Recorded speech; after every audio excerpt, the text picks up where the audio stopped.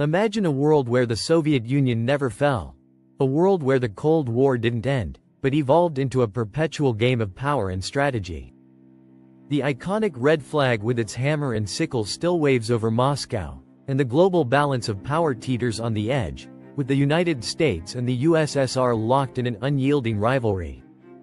In this alternate timeline, history takes a thrilling twist, and we step into a reality shaped by an enduring Soviet regime. The political landscape in this world, the Soviet Union, under continuous yet adaptable leadership, has learned from its past economic and political failures.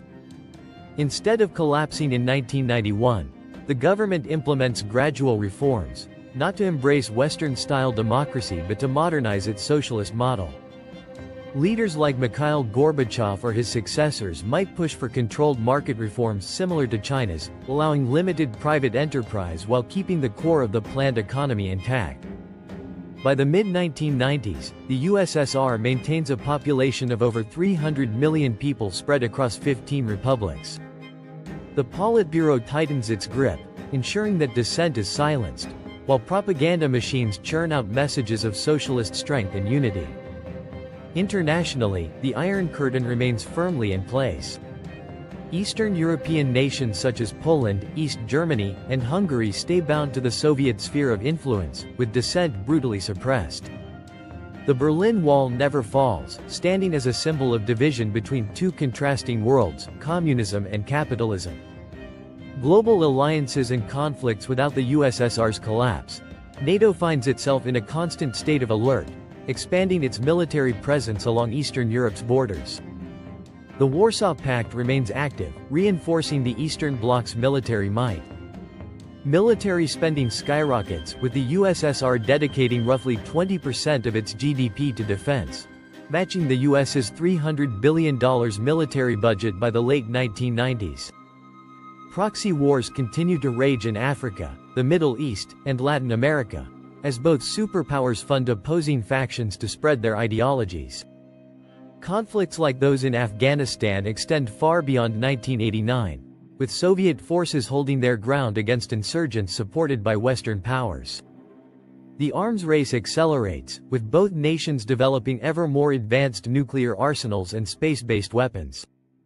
By 2000, the USSR boasts an arsenal of over 40,000 nuclear warheads, mirroring America's own stockpile, keeping the world on a knife's edge.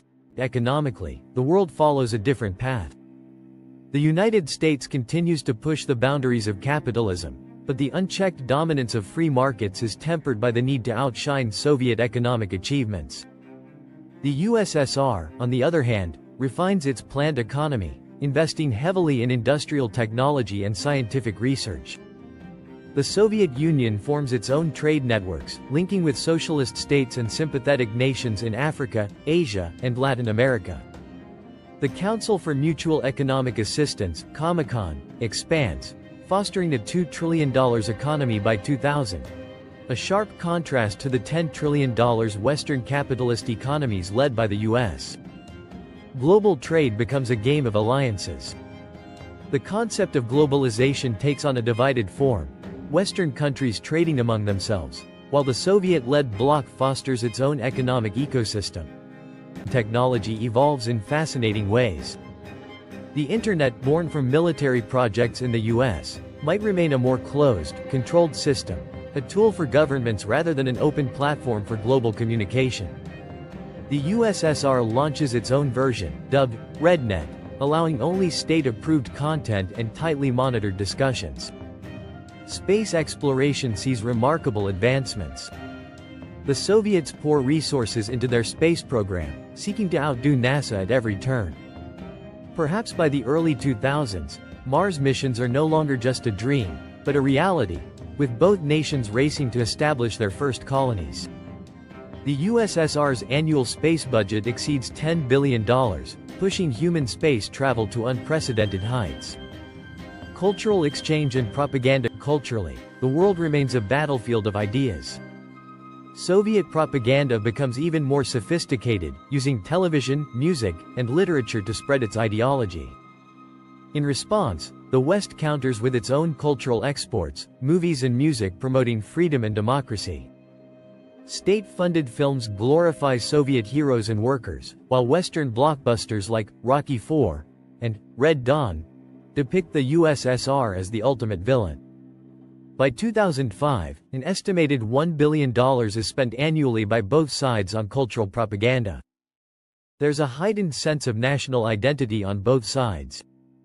The East celebrates socialist realism, glorifying the worker and the state, while the West emphasizes individuality and capitalist success stories. Artists, musicians, and writers find themselves entangled in this ideological struggle, their work used as tools in the ongoing war of influence. The human cost and hope for peace, but what about the people caught in this unending Cold War? Life in the Eastern Bloc is marked by constant surveillance, with secret police ensuring loyalty to the regime. The KGB, with a force of over 500,000 operatives, roots out dissent, and prison camps still house those who dare to speak against the state. Meanwhile, in the West, fear of nuclear war remains a daily reality, with children still practicing duck and cover drills in schools. Civil defense programs receive billions in funding, and fallout shelters dot suburban neighborhoods. Yet, even in this tense world, there is hope. Small movements for peace emerge on both sides, with brave individuals pushing for dialogue and disarmament. Back-channel diplomacy works quietly behind the scenes, as some leaders strive to prevent the Cold War from spiraling into a hot one. A world divided, a future uncertain. In this alternate reality, the world stands divided, not by walls alone, but by ideologies and ambitions. The Cold War never ends, but its battles shift from military standoffs to technological races, economic showdowns, and cultural conflicts. So, what do you think? Would the world be safer or more dangerous if the USSR had never collapsed? Would scientific progress have accelerated or stalled under constant competition? Let us know your thoughts in the comments below. And if you enjoyed this journey into an alternate history, don't forget to like, share, and subscribe for more captivating explorations of what might have been. Thank you for watching, and remember, history isn't just about what happened, but also about what could have been.